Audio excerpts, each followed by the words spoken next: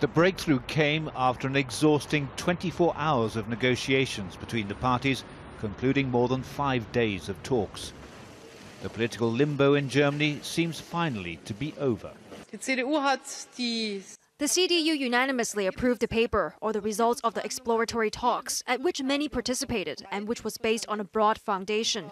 And we will recommend our party begin talks on forming a stable government.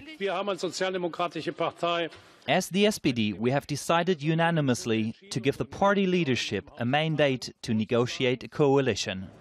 The biggest hurdle in the talks was to reach an agreement on refugees and migration.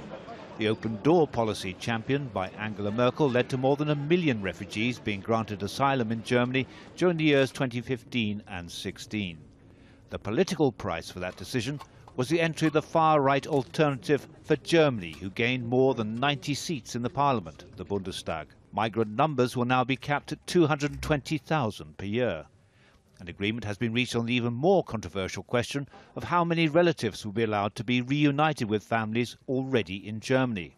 1,000 cases will be considered per month with strict conditions attached.